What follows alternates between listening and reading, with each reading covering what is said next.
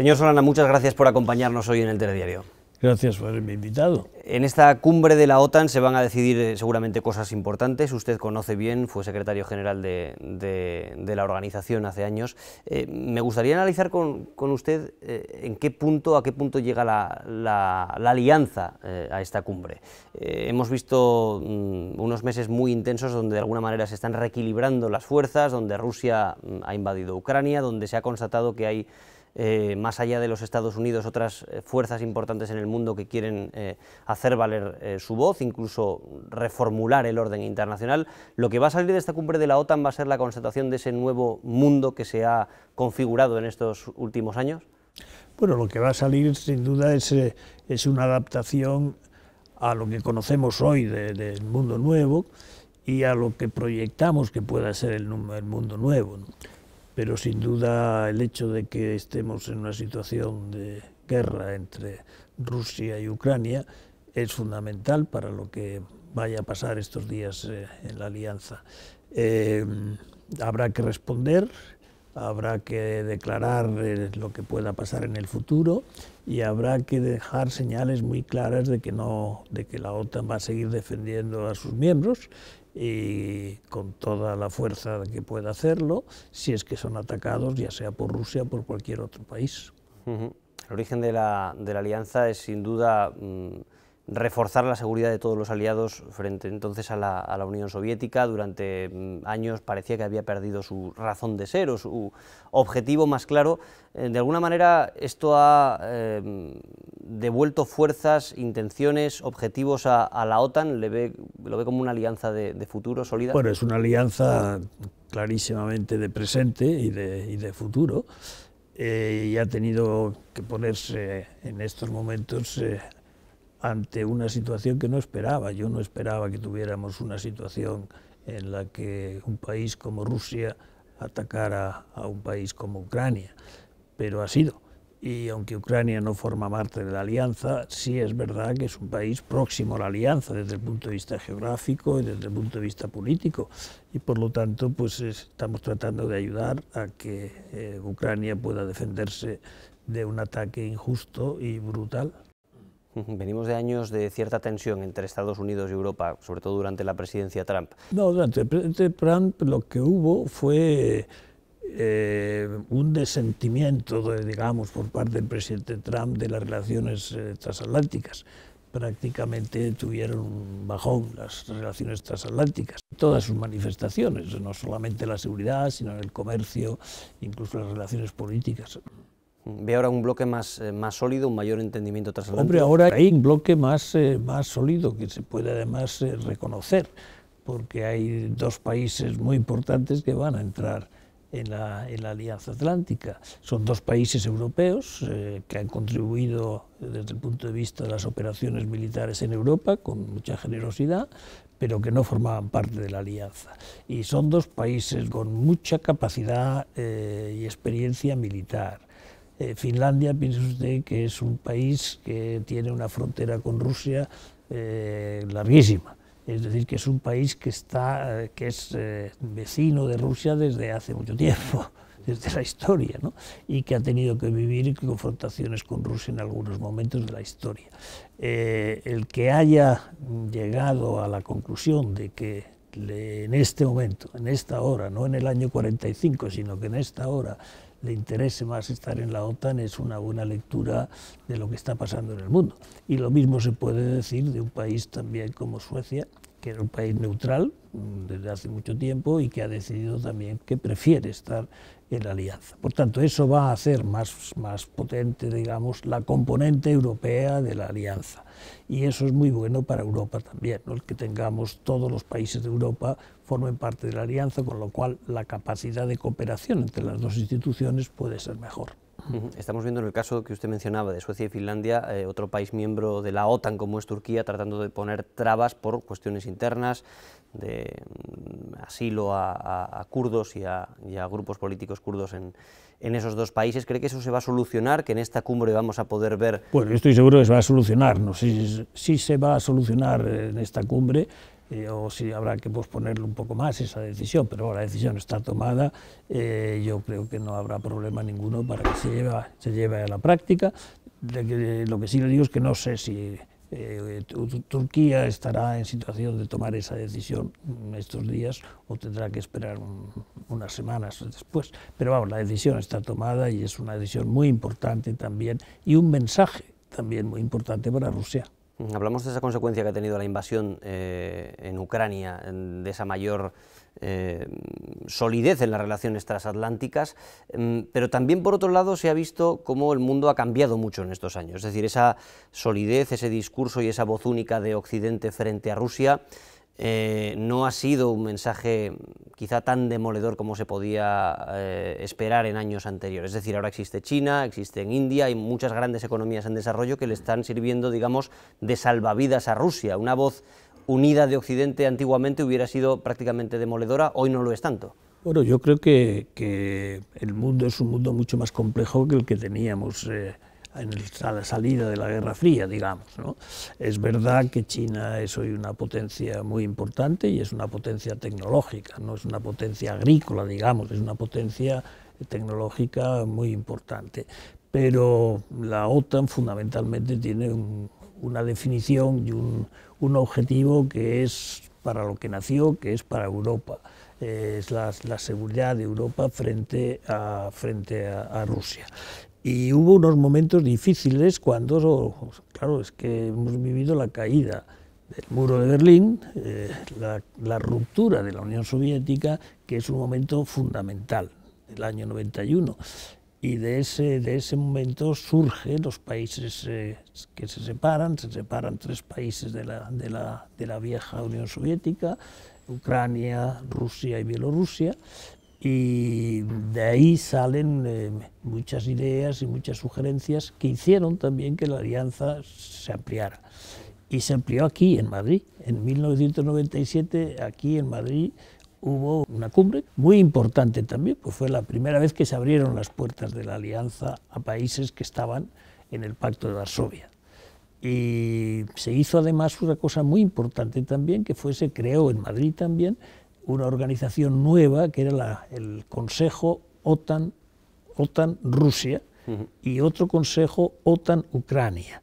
Es decir, que al mundo desde Madrid se le dio una mirada de cómo podían ser de diferentes las relaciones entre países y la OTAN. Unos iban a entrar porque querían entrar y otros se les daba una relación particular entre ese país y la OTAN.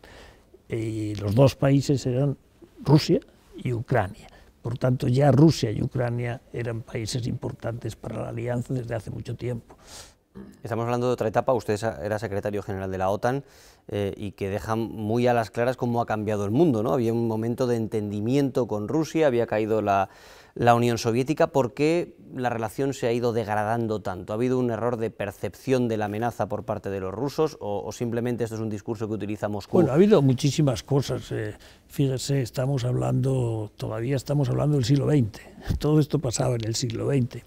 Recuerde usted cómo empezamos el siglo XXI. El siglo XXI empezamos con 2 noticias muy importantes. Una dramática, que es el 11 de septiembre, que para los americanos fue una herida de las que les cuesta mucho curarse y que hizo que las relaciones fundamentales, relaciones internacionales fundamentales, se dedicaran hacia Afganistán, hacia la guerra de Irak, de todas estas cosas que abandonaron en cierta manera la intensidad con que estábamos tratando de cerrar la salida de la ruptura de la Unión Soviética y todo eso. En la segunda parte del año primero del siglo, China entra en la Organización Mundial de Comercio y esa entrada es la que le va a permitir tener este tremendo desarrollo que ha tenido, que le lleva a crecimientos del 10% de su Producto Interior Bruto. Por lo tanto, hay un momento en que parecía que ya el mundo estaba ligado a la transformación americana hacia Bin Laden, digamos, y China hacia la economía, y Rusia se quedaba un poco digamos, abandonada. Y ese es el momento de la transición también muy importante personal entre el presidente Yeltsin, que abandona la presidencia de Rusia, y el elegido es Vladimir Putin. Y la entrada de Vladimir Putin es una generación nueva que empezó muy bien y que poco a poco se fue deteriorando. Moscú siempre utiliza ese discurso, ¿no?, de la amenaza de la expansión de la OTAN hacia sus fronteras. ¿Cree que en algún momento se ha calibrado mal esos procesos o simplemente es una excusa, insisto, que utiliza el Kremlin para otro tipo de intereses? Bueno, hay que elegir entre la seguridad que tú puedes dar a países amigos, que son tus vecinos, y por otra parte la percepción que Rusia tenía de esa seguridad que queríamos dar. La alianza no ha sido una organización ofensiva, ¿no? es una organización defensiva. Por lo tanto, a priori no se debería tener miedo a que la OTAN estuviera muy cerca de tu frontera. Pero siempre, claro, queda sobre todo, si las relaciones políticas no son buenas, queda siempre una duda de qué puede pasar si el misil que tengo más cerca está en Polonia o si está en Ucrania, aunque es un poco una tontería, pero bueno, simbólicamente tiene mucha importancia. Y lo que sí le quiero decir es que Rusia y Ucrania tienen una relación tensa desde hace mucho tiempo, no solamente en temas de seguridad.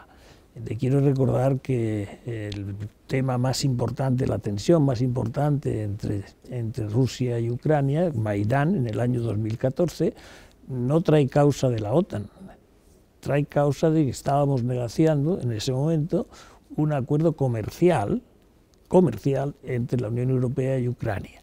Y eso es lo que Putin dijo no, que convenció al presidente de Ucrania, que era un afiliado suyo, digamos, una persona muy próxima a Putin, y eso trajo el Maidán y acabó quedándose Putin con Crimea. Es decir, la guerra realmente empezó en el año 2014. Llevábamos desde el año 14 en una tensión militar con Rusia importante. Y en ese clima de tensión, que como dice usted ya lleva bastantes años en marcha, ¿es viable una Ucrania dentro de la OTAN? ¿O es un sueño que nunca se cumplirá? Bueno, yo creo que lo que en estos días se va a decidir es dejar que la puerta quede abierta para Ucrania. No creo que haya un compromiso de una fecha dada. De la misma manera que 2 días antes o 3 días antes la Unión Europea va a tomar una decisión similar en relación a Ucrania y la Unión Europea. Se va también a abrir la puerta de la Unión Europea para que un día pueda entrar Ucrania en la Unión Europea. Por lo tanto, para Ucrania estas semanas van a ser muy importantes. Entiendo que eso desde el punto de vista simbólico, incluso dejar la puerta abierta tiene mucha importancia, ¿no? Pero si escuchamos discursos de gente que se ha dedicado durante toda su vida a la estrategia, pues se me ocurre Kissinger, que recientemente ha vuelto a estar en los titulares porque decía que había que hacer cesiones territoriales a Rusia por parte de Ucrania. Él nunca ha sido partidario de que Ucrania estuviera en la OTAN. Digamos, desde ese punto de vista, de ser pragmáticos, de no buscar la confrontación con Rusia o la mayor tensión con Rusia, ¿habría que renunciar a la entrada de Ucrania dentro de la OTAN? No, yo no creo que hay que decidir, tenemos que decidir lo que quiere Ucrania. Que Ucrania quiere estar en la OTAN y cumple con las condiciones, no hay razón para decirle que no. Si Ucrania no cumple con las condiciones, se le diría que no. Pero si un día cumple con las condiciones para la Unión Europea y para la OTAN, pues hay que decirles que sí. No hay razón para no dejar pasar a una organización a la que un país quiere entrar. Son organizaciones pacíficas las dos y yo creo que será así. Pero sí es verdad que hay que pensar también en cómo lo ve la otra parte. Pero mire usted, para la primera ampliación yo negocié 7 meses y después de esos 7 meses de negociación la primera ampliación de la OTAN se hizo con la firma de Rusia. Firmamos la OTAN y Rusia. Rusia aceptó ese planteamiento. Luego la historia, como le he dicho, ha pasado muchas más cosas y ha habido otros momentos muy difíciles que se nos olvidan. Por ejemplo, piense usted en el año 2008, Rusia, días antes de que se empezara la Olimpiada de Pekín, Rusia atacó a Georgia, otro país que tuvo también, en cierta manera, la misma respuesta que tuvo Ucrania, pero antes. Por lo tanto, que había una postura de Rusia más dura con relación con los países que habían estado a su alrededor y que tenían vocación de formar parte del mundo occidental, pues los conocemos bien, ¿no? Llevamos ya 3 meses de invasión ahí en Ucrania. Es verdad que todavía el plazo es corto, no sabemos cuánto puede extenderse esta situación, pero es verdad que las sanciones tan duras que Occidente ha aplicado contra Rusia a veces empiezan a generar algunas dudas, ¿no? La economía rusa no parece que se haya resentido tanto como se preveía. China y India están ayudando a comprar petróleo y a resistir ese embate. ¿Cómo lo ve usted? ¿Cree que habría que reformular las sanciones? ¿Cómo se han articulado? No, yo creo que no hay que reformular las sanciones, pues, si se quiere, porque la situación no se arregla y se pueden poner más sanciones, eso ya no lo sé, corresponderá a las personas, a los países que las pueden poner, pero las sanciones han sido muy duras. Decir que no han hecho efecto en Rusia es una simplificación. Están haciendo un gran efecto en Rusia, lo que no se ha hundido Rusia, la economía de Rusia, porque no se puede hundir la economía de un país que tiene todavía gas, que tiene todavía petróleo y que lo puede exportar a otros países. Pero todavía para Rusia es mucho más eficaz el tener una relación con Europa, con Alemania desde un particular, y luego desde Alemania con otros países. Para el gas, por ejemplo, para Rusia era mucho más conveniente el tener esa red que tener que ir a exportar el gas y el petróleo más allá de los mares, digamos. De Alemania a Rusia el gas va por un tubo.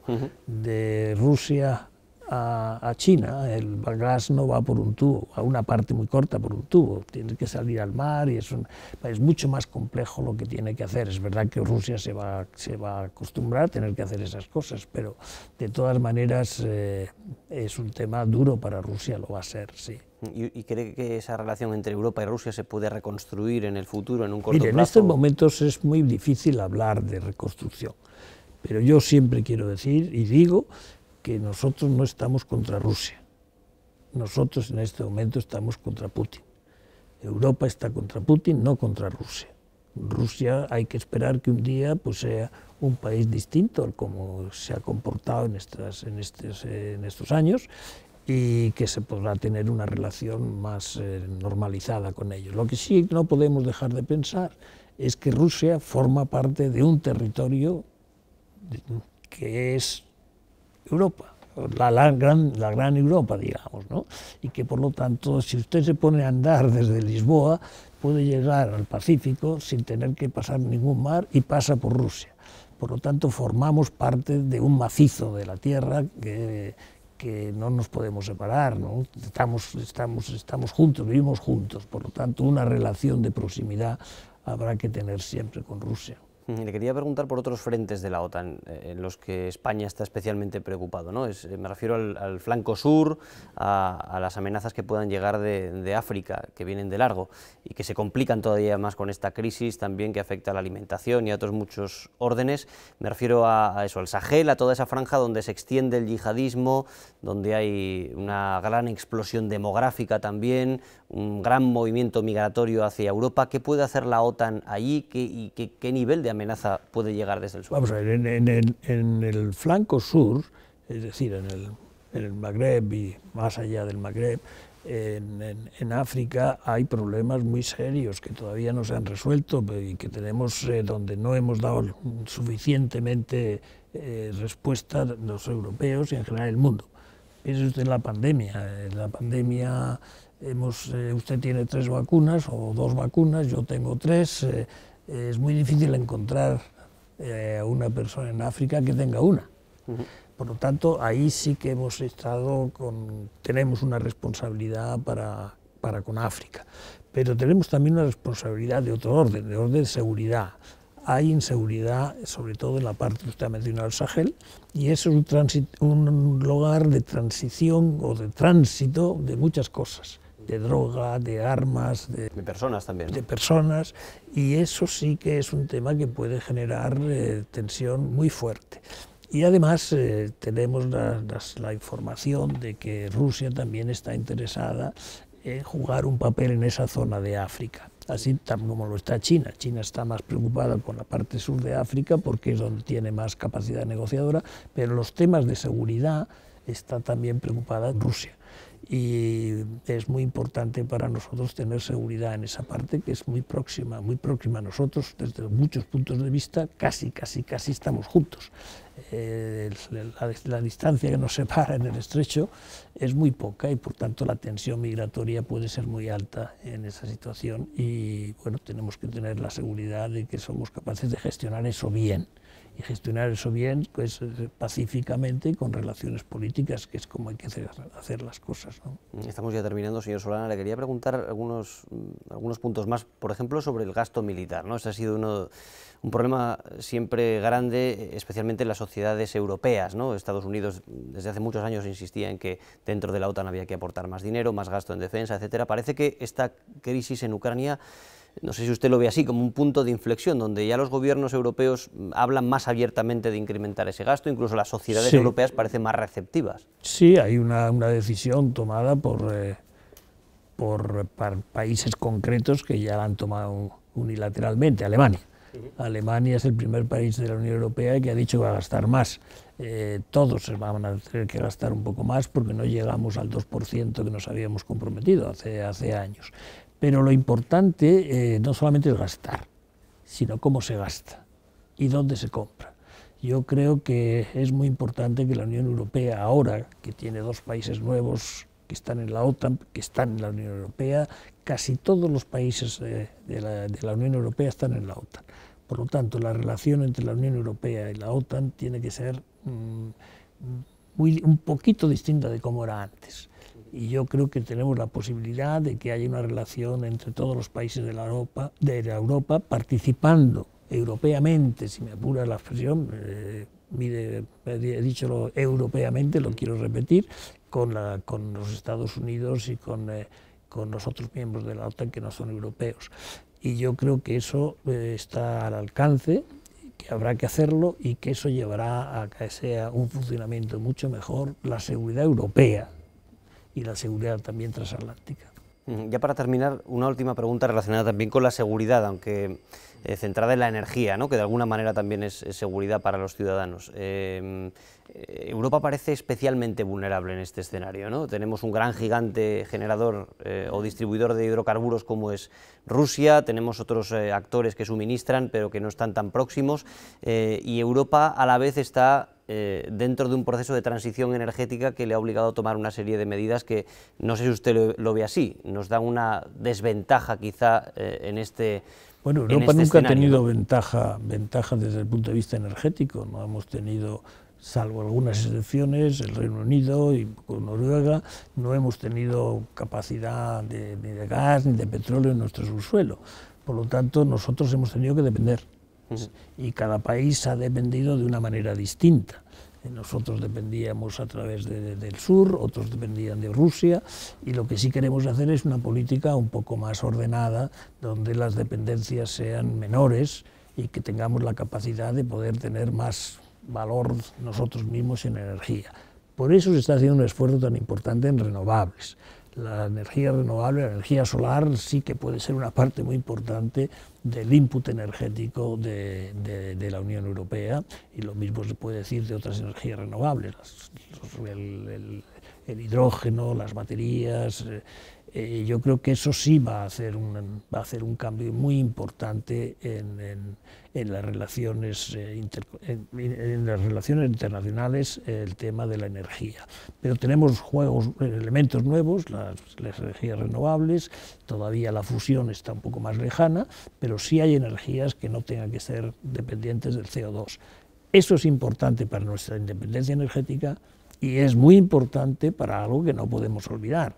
Estamos en guerra estamos sufriendo mucho, pero el CO2 sigue siendo un contaminante fundamental, un problema fundamental, existencial para Europa y para todo el mundo es el CO2. Y no podemos olvidar que esa batalla es una batalla que la tenemos que seguir dando. Y lo que no podemos hacer es, porque ahora tenemos un cambio estratégico, táctico en los temas energéticos, olvidarnos de que ese bien público que es el aire, ese bien público global que es el clima limpio, lo tenemos que seguir defendiendo. A eso me refería. ¿Ven riesgo esa transición energética? Se hablaba de que Alemania y otros países están planeando quemar más carbón, por ejemplo. No veo riesgo en eso, no. Puede haber momentáneamente un cambio para llenar un vacío, pero es un vacío corto.